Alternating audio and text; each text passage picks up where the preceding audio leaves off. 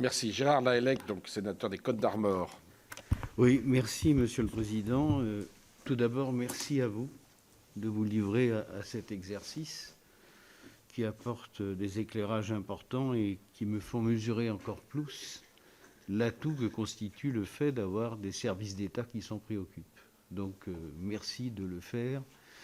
Et merci de bien vouloir comprendre aussi que c'est pour éclairer notre lanterne, passez-moi l'expression, eu égard à un certain nombre d'orientations dont il va falloir qu'on débatte. La mission est un peu faite pour ça. Alors, à vous écouter attentivement, j'ai beaucoup pensé à Paul Valéry et à son regard sur le monde actuel. Il y a quelques années qu'il a déjà écrit ça. Et il disait « Le temps du monde fini commence ». De mémoire, c'est un peu ce qu'il disait.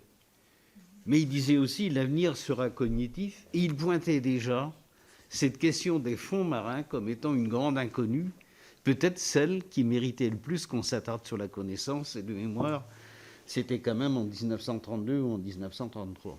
Donc merci pour lui que de nous y attarder. Merci Monsieur le Président, Monsieur le rapporteur. C'est pas mal qu'on s'y penche et il faut le faire.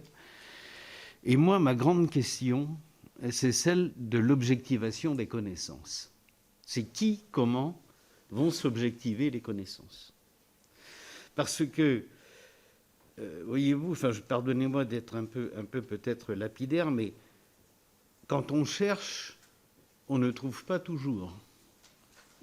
Et on ne trouve pas toujours ce qu'on cherche. Mais quand on cherche, on trouve des choses, et parfois autre chose que ce qu'on cherche. Et voilà. Et donc, on ne sait pas, finalement, ce qu'on peut trouver. On va découvrir, il y a des inconnus. Et vraisemblablement, des ressources, j'allais dire miraculeuses, en tout cas, des inconnus qui peuvent être de nature à répondre aux besoins des sociétés d'aujourd'hui et de demain. Et donc, la question de l'objectivation de la connaissance me paraît être une question essentielle autour de laquelle nous aurons à nous pencher au plan politique. Je ne viens pas vous demander de nous dire ce que vous pensez personnellement, encore que ça ne vous est pas interdit, mais c'est un peu notre rôle. Et je dis cela parce que il ne faudrait pas que l'ambition de recherche d'exploitation au pluriel nous fasse aller trop vite et que ça nous fasse perdre de vue toutes les implications que peuvent avoir les tendances un peu précipitées quand il s'agit de se jeter à corps perdu dans des démarches utilitaristes. Vous voyez ce que je ne sais pas si je me fais comprendre. Il y a plein de bonnes intentions qui secouent le monde, mais il y a aussi des risques et on les regrette après coup. Et donc je pense que sur l'objectivation des connaissances, je viens de Bretagne, donc je n'ai pas beaucoup de fonds, n'est-ce pas, Monsieur le Président, de grands fonds marins. On a de jolis plateaux territoriaux. On a l'Ifremer quand même. Et on a le CHOM. Donc, qui sont quand même, je dirais, deux excellences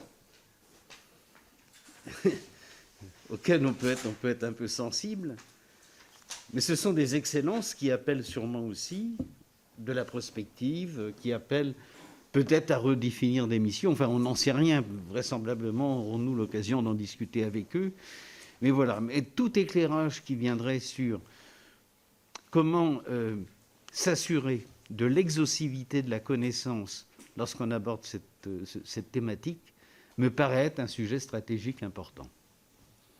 J'en dis pas plus, Monsieur le Président. Je vous remercie.